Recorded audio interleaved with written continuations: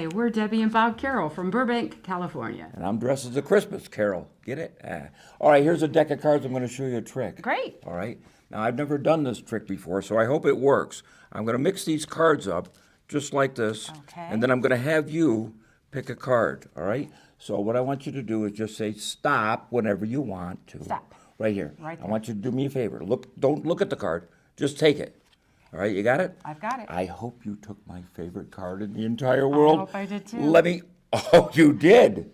Scotchmas. We whiskey you a Merry Christmas. Day 13.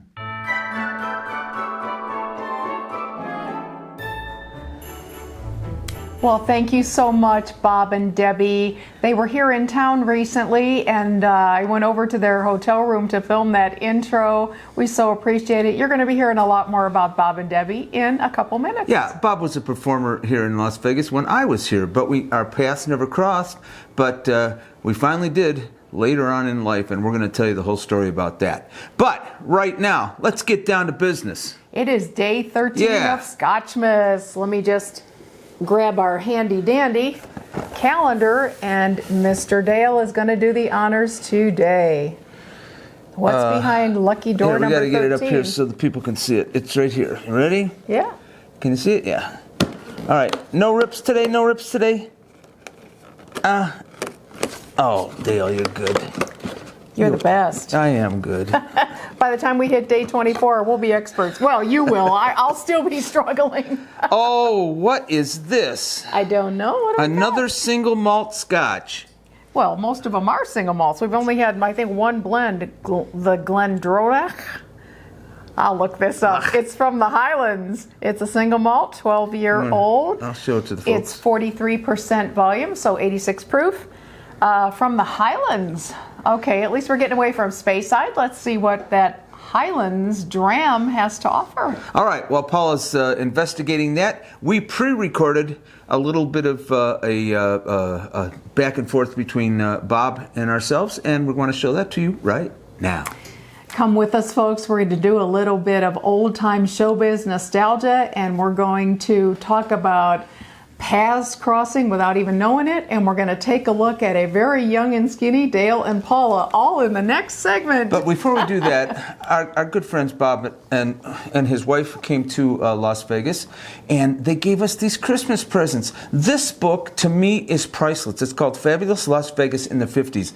This takes you back to an era that I wish I was in. I know you wish Yeah. it, and the photos are priceless in this book. Yes, It's just a fabulous book. Plus, Debbie is very talented as well. Debbie is an artist in many different kinds of media. I'll put a close-up of these, but she made these earrings, Santa Claus, and she also made me Gingerbread Man, which of course is perfect for Paula's kitchen, as well as she does incredibly beautiful crochet. She made gifts for our baby granddaughter that are just exquisite. So, such a talented family, the Carrolls. Right.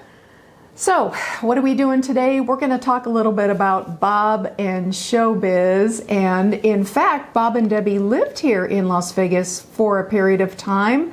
We're going to let Bob tell you about that in his own words.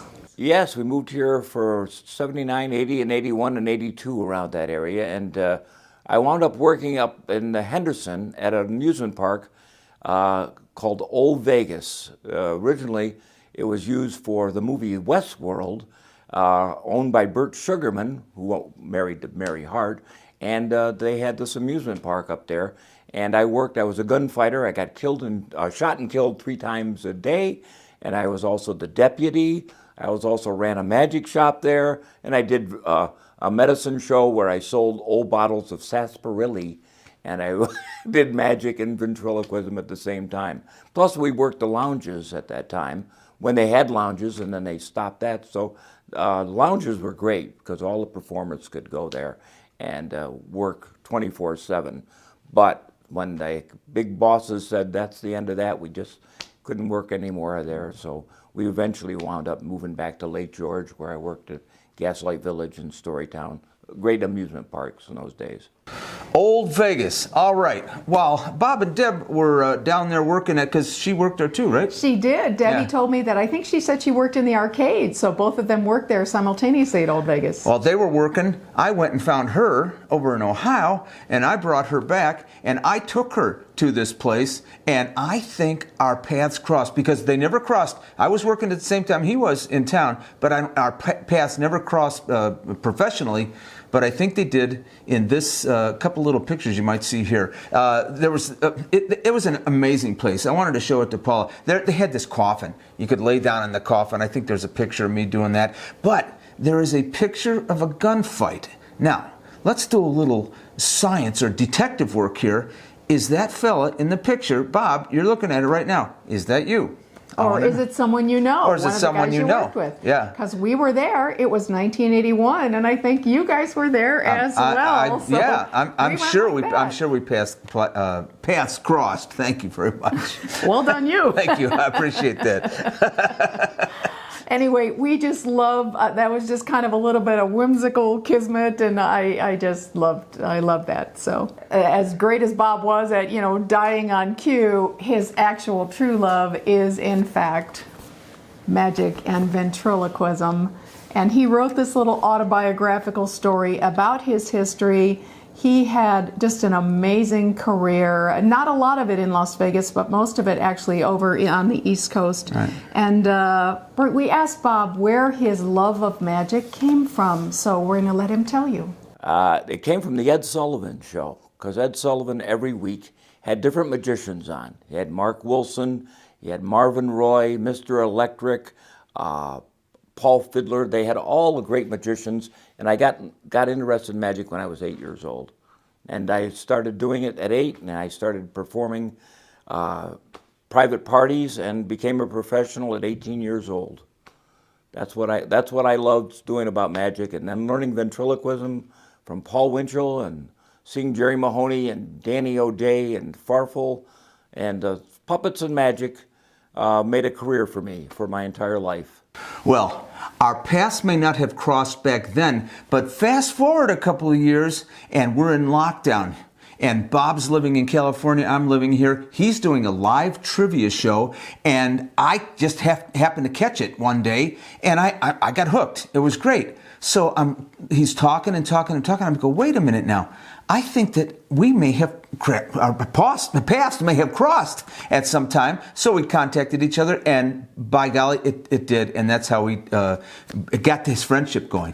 Yes, absolutely. And it started as kind of a pen pally thing on Facebook, and now it's actually a real in person, and we're delighted. And the trivia show is fantastic. It's for all ages. He does it like an old 50s, 60s radio show. If you're from that area, you know what I'm talking about. A lot of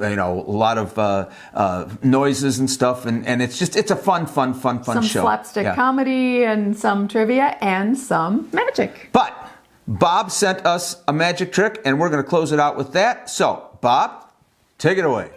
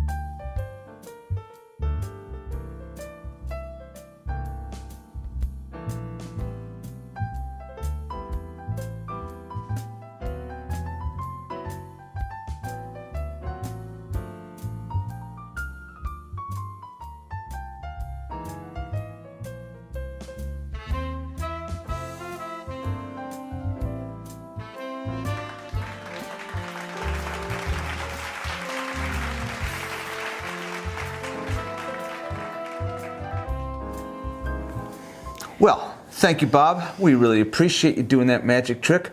This was a very interesting little B-roll we had today, wasn't it? It was, and we want to say thank you to both of you for taking time out of your little Las Vegas Christmas holiday to have us over to your hotel and answer some questions for us. And he was sitting on the bed in the hotel, so I decided to spruce it up a little bit with a little garland and stuff around him. You did a fine job with the garland. That wasn't there in the room.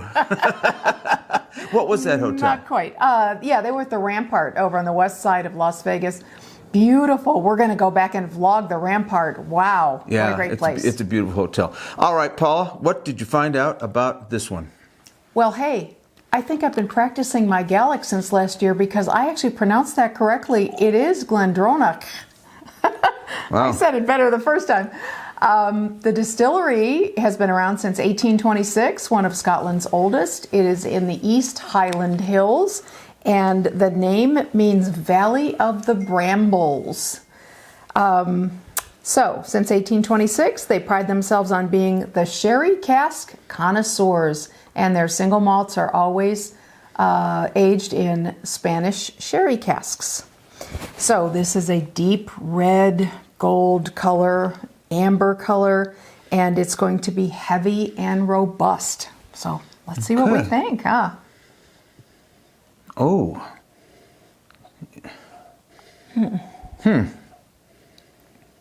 That's interesting. It's different, It's yeah. an interesting aroma, isn't it? Mulled wine is what they said, actually. Is that what it is? It's like a That's mulled what it- wine. yeah. Sweet, creamy, a little It does bit of have, ginger. it's spicy. Yeah. Yeah.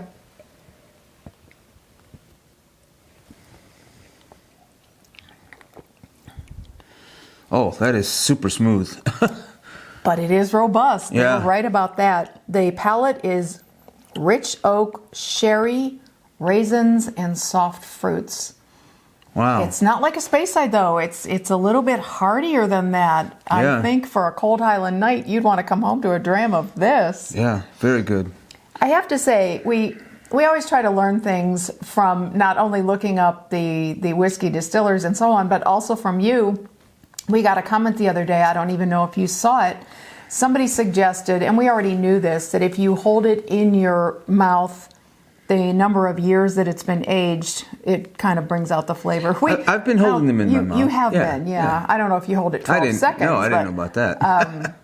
But yeah, we actually learned that last year. But this is a new one, and I'm going to try it. I might make a little bit of a mess. In order to do the nose, they said put a little whiskey in your hand, rub it together, and put it up to your face. Oh, yeah? Let me smell. Oh. And you're supposed to, it kind of disperses the alcohol so that you get, you know, the nose that they want you to get, the oak. And Where did you learn that at? one of our viewers wrote it in a comment. Wow. Like yesterday or You know the what? day before. Seems like a waste of whiskey. Yeah, and I can't drink this now. It's evaporating. You have to lick your hand. But we do pay attention to you, so thank you for interacting with us and writing. We always love that. All right. Well, there you go. Day 13. Done.